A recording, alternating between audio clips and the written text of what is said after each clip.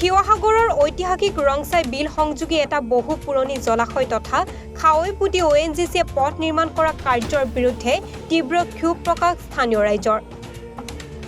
ONGCৰ নতুনকৈ স্থাপন হ'বলগীয়া এটা তৈলখাদলৈ অহা যোৱা কৰিবৰ বাবেই পানী অহা যোৱা কৰা জলাশয় তথা খাৱৈ পুতি পেলোৱাৰ ফলত পাৰিপাৰ্শ্বিকতা ধ্বংস হোৱাৰ লগতে খেতি পথাৰত ব্যাপক কুপ্ৰভাৱ পৰা বুলি ক্ষোভ প্ৰকাশ কৰিছে ৰাইজে।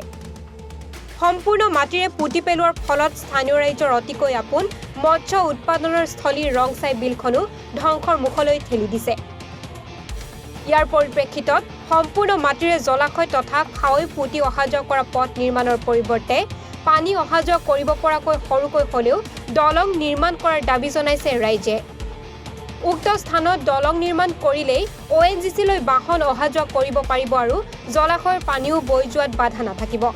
কিন্তু স্থানীয় ৰাইজৰ এই দাবী নৎসাত কৰি ONGC কৰ্তৃপক্ষই ময়মতালি কৰি খাৱৈ পুতি দিয়া বুলি ক্ষোভ প্ৰকাশ কৰিছে স্থানীয় ৰাইজে।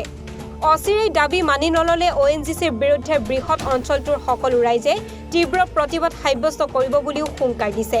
সমস্যা মানে আপোনালোকে দেখিছে আমাৰ বৃহত্তৰ এই ৰাইজৰ ইয়াত কৃষিভূমি আছে। এইখিনি ONGCয়ে কি কৰিছে, ONGC বিষয়া কৰ্মচাৰী আৰু ঠিকাদাৰে লগ খাই তেওঁলোকৰ নিজৰ ময়মতালিত ইয়াত যি মন যায় তাকে কৰি আছে। ৰাইজৰ কথা কোনো চিন্তা কৰা নাই। আৰু ONGC বিষয়াই এনেকুৱাই নিকৃষ্ট কাম কৰিছে। তেওঁলোকে ONGC বিষয়াসকলে আহি ইয়াত তদাৰক কৰিবহি লাগে। ৰাস্তাটো কেনেকৈ বনিছে, ৰাইজৰ কি সমস্যা হ'ব, ইয়াত ৰাইজৰ সমস্যাখিনি কেনেকৈ দূৰ কৰিব পৰা যায়, কিন্তু সেইখিনি একো ইয়াত পদক্ষেপ লোৱা দেখা নাই। বৰঞ্চ ঠিকাদাৰক ইয়াত নিজৰ ময়মতালি কাম কৰিবলৈ দিছে। তেওঁলোকে কাম কৰিবলৈ দি ইয়াত মানে ৰাস্তা বোলে যি হয় মোৰ তেওঁলোকৰ নিজৰ মতে হওক। কালভাৰ্ট যিবোৰ বহাইছে আপোনালোকে দেখিছে, কালভাৰ্ট বহাব লাগে যিটো চিষ্টেমত তাই এনেকৈ নাই ডাইৰেক্ট মাটিতে লু এটা খান্দি লৈছে, তাত কালভাৰ্টকেইটা বহাই দিছে, তাৰ ওপৰত মাটি জাপি দিছে। তেনেকৈ হ'লেতো এইটো ৰাস্তাও বৰবাদ হ'ব, উইথ ONGC লোকচান হ'ব। এতিয়া বহিৰাগত যিকেইটা হেৰি আপোনাৰ ঠিকাদাৰ আৰু বিষয়া কৰ্মচাৰী তেওঁলোকে ONGCক লোকচান কৰি কি কাম কৰিব বিচাৰিছে, এইটো এটা গভীৰ ষড়যন্ত্ৰৰ মানে গোন্ধ পাইছোঁ। কি যিহেতু ONGC যদি প্ৰফিটৰ কাৰণে কাম কৰিবলগীয়া হয় তেতিয়া নিশ্চয় ONGC বিষয়া কৰ্মচাৰীসকলে ইয়াত তদাৰক কৰি থাকিব লাগে, ঠিকাদাৰে কি কাম কৰিছে কি কাম নাই কৰা। কিন্তু ONGC কোনো বিষয়া কৰ্মচাৰী ইয়াত তদাৰক কৰাহি নাই। ঠিকাদাৰক দি দিছে যাতে ONGC লোকচান হৈ ইয়াৰ পৰা এইটো যিকোনো ধৰণৰ ক্ষতি হৈছে সকলোৱে। আমিতো ONGC এটা তেলখাত বহিছে, আমি ভাল পাইছোঁ, বেয়া পোৱা নাই। কিন্তু মেইন সমস্যাটো হৈছে আমাৰ ৰংছাই যিখন ঐতিহাসিক বিলৰ এইটো সংযোগী নলা, আপোনালোকে ইতিমধ্যে ভিডিঅ' কৰিছে।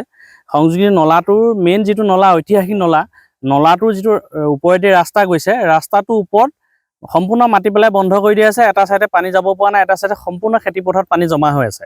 আমাৰ মেইন দাবীটো হৈছে যে ইয়াত কালভাৰ্ট নহয়, ইয়াত এটা পুল দি এখন দলং দি সম্পূৰ্ণ এই নলাটো খুলি দিয়া, যাতে পানীটো অহা যোৱা কৰিব পাৰে। ইয়াত মাছৰ বিচৰণথলী হয়, এইটো বন্ধ কৰি দিছে। আৰু নলা দিব লাগে মেইন যিটো খাৱৈত নি তেওঁলোকে আগত দিছে পুলটোত কি কৰিছে, তেওঁলোকে মাটিৰ ওপৰতে পুলটো মাটিখিনি জাপি থৈ দিছে। মুঠতে এনেই কৰিব লাগে কাৰণে কৰিছে মানে, যিটোৱে আমাৰ এই বৃহত্তৰ দিচামুখ এলেকা, লাপাইগাঁও, চুমনি, জেলগাঁও এই এলেকাটো মানুহখিনি বিস্তৰ ক্ষতিসাধন হ'ব।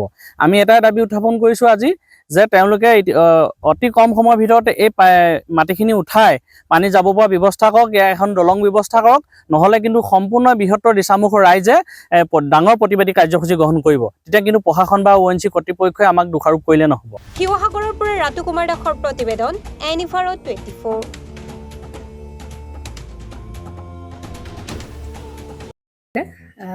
জুবিন গাৰ্গৰ গীতসমূহৰ ওপৰত আধাৰিত গানে কি আনে নামৰ এটা সুন্দৰ অনুষ্ঠান আপোনালোকৰ ওচৰলৈ আহি আছে অতি শীঘ্ৰে। অহা 15 আগষ্টৰ পৰা ধেমাজিৰ পৰা প্ৰথম অডিশ্যন আৰম্ভ হ'ব। আৰু সেই অডিশ্যনৰ যোগেদি বিভিন্ন কণ্ঠশিল্পীসকলে যিসকলে এই অনুষ্ঠানত যোগদান কৰিব বিচাৰে তেওঁলোকে এই অডিশ্যনৰ যোগেদি আগবাঢ়ি আহক। আৰু জুবিন গাৰ্গৰ বহুত ভাল লগা গান আমি সদায় শুনি আহোঁ। আৰু আপোনালোকৰ যদি ভাল লগা গান থাকে, জুবিন গাৰ্গৰ আপোনালোকে গাই ভাল পায়, তেন্তে অডিশ্যনত যোগদান কৰক। মোৰ ফালৰ পৰা আন্তৰিক শুভকামনা থাকিল এই সম্পূৰ্ণ অনুষ্ঠানটোলৈ। ধন্যবাদ।